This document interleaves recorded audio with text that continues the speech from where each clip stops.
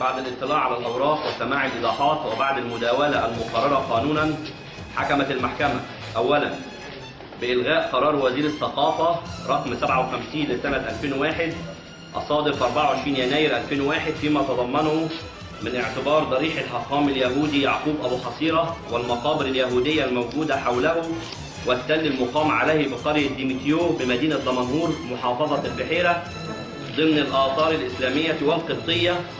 لانطوائه على خطأ تاريخي جسيم يمس كيان تراث الشعب المصري وما يترتب على ذلك من آثار. ثانيا بإلزام الوزير المختص بشؤون الآثار بشطب ضريح الحاخام اليهودي أبو حصيرة والمقابر اليهودية الموجودة حوله والتل المقام عليه بقرية ديمتيو بدمنهور من سجلات الآثار الإسلامية والقبطية لفقدانه الخصائص الأثرية بالكامل، وإلزامه كذلك بنشر قرار الشطب بالوقائع المصرية. ثالثا بإلزام الوزير المختص بشؤون الآثار بإبلاغ اللجنة الدولية الحكومية لجنة التراث العالمي بمنظمة الأمم المتحدة للتربية والعلم والثقافة اليونسكو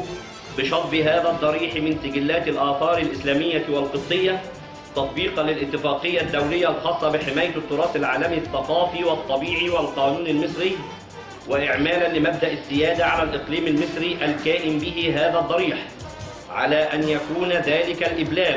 مشفوعا بإيداع ترجمة معتمدة من الصورة الرسمية من حكم هذه المحكمة باعتباره الوثيقة والسند لهذا الإبلاغ. رابعا برفض طلب إلزام الجهة الإدارية بنقل هذا الضريح إلى إسرائيل استنادا إلى أن الإسلام يحترم الأديان السماوية وينبذ نبش قبور موتاهم، ودون الاستجابة للطلب الإسرائيلي المبدى لمنظمة اليونسكو بنقل الضريح إلى القدس إعمالا لقواعد القانون الدولي والقانون الدولي الإنساني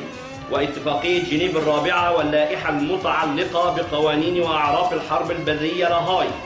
باعتبار أن القدس أرض محتلة لا ترد عليها تصرفات الدولة الغاصبة وتخرج عن سيادتها، وتلافيا لإطفاء شرعية يهودية الدولة بتكريس سلطة الاحتلال الإسرائيلي بتواجد هذا الضريح على أرض فلسطين العربية. خامسا بإلغاء إقامة الاحتفالية السنوية لمولد الحاخام اليهودي يعقوب أبو حصيرة بصفة نهائية لمخالفته للنظام العام والآداب وتعارضه مع وقار الشعائر الدينية وطهارتها، وذلك كله على النحو المبين بالأسباب، وألزمت الجهة الإدارية المصروفات. رفعت الجهة قضايا مصر الشامل العظيم. يحيى العدل، يحيى قضايا مصر الشامل العظيم.